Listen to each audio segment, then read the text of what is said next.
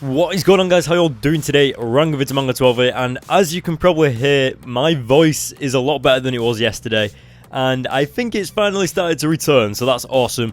Now, we've got Ultimate Spider-Man issue 18 on here, on the screen, and you guys are probably wondering, why did I leave it a few days for the next issue? Well, because obviously I lost my voice, but also because Secret Wars issue 4 released, and of course Ultimate End issue 3 released, so I had to review those first, but I couldn't review them because of my voice, and yeah, so that's why this issue got a little bit delayed, but it's okay, so it's here now. And if you remember at the end of the previous issue, Spider-Man fell into the dome with Dr. Octopus, and he was just stood there ready to fight him, or at least that's what it looked like, so that is where this issue is going to pick up.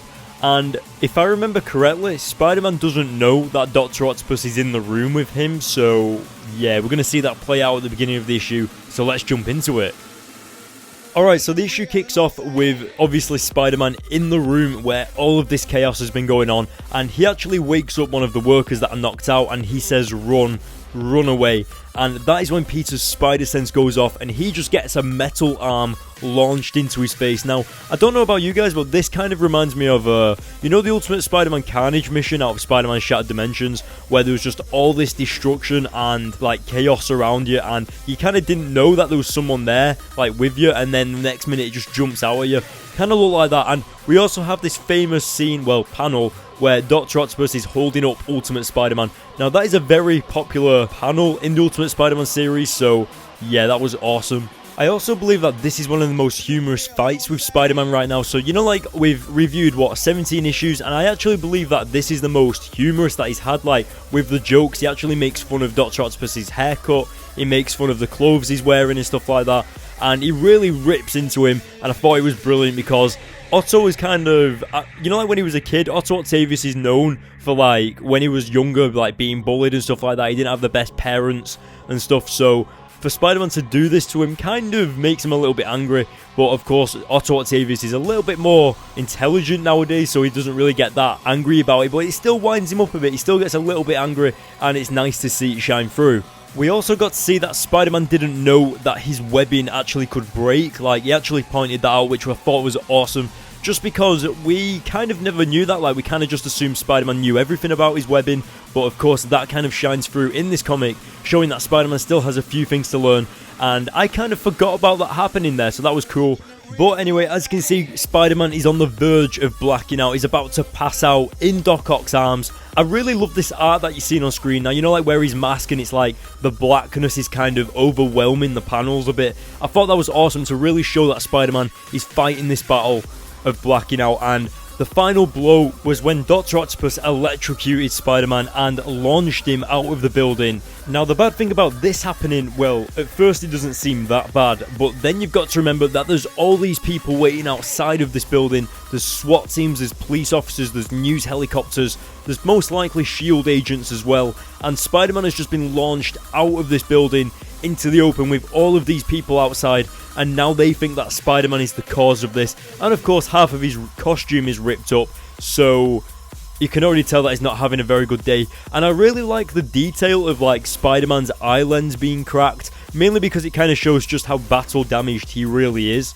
Now, when Spider-Man wakes up, when he comes around, when he comes out of consciousness, he pretty much starts getting obliterated by the SWAT team, telling him to put his hands on the floor, telling him to put his hands on his head, and then S.H.I.E.L.D. actually turn up, and of course that's Agent Carter, as I've already said in the previous issues. And I know some of you guys, or one of you guys in the comment section said, you know that guy that follows her? One of you guys asked, is that Agent Coulson of the Ultimate Universe? Now, I don't actually know that, but it would be pretty awesome if it was. Now, as you can see, Spider-Man plans his escape whilst everybody's arguing about who's taking Spider-Man, whether it's Spider-Man who's the SWAT's prisoner, or whether Spider-Man is the S.H.I.E.L.D.'s prisoner, and stuff like that. Now, Spider-Man jumps into the water to try and escape, and these divers actually go after him. They actually think that they are seeing Spider-Man, when in actuality, that's just Spider-Man's torso. He's actually taken that off to trick everyone, and he's luckily managed to escape. Now, that was a pretty close call for Peter. I mean, imagine if he got caught, like, everyone would know his identity. He would probably be in jail for the rest of his life and stuff like that. So it's a little bit crazy. Now we go back over to Peter Parker, now that it's made it home safe and sound, and Mary Jane is actually, you know, like bandaging up his wounds and stuff like that. But Justin Hammer is actually explaining how, instead of Dr. Octopus being the villain in this, well, Otto Octavius, he's actually saying that it's Spider-Man. So once again, Spider-Man is being blamed for something that he didn't do. Peter's pretty upset about that. He's finding it really annoying that the news and the media and everyone like that is always blaming Spider-Man. And I absolutely love how he kind of makes like a little Daredevil joke here, like a reference.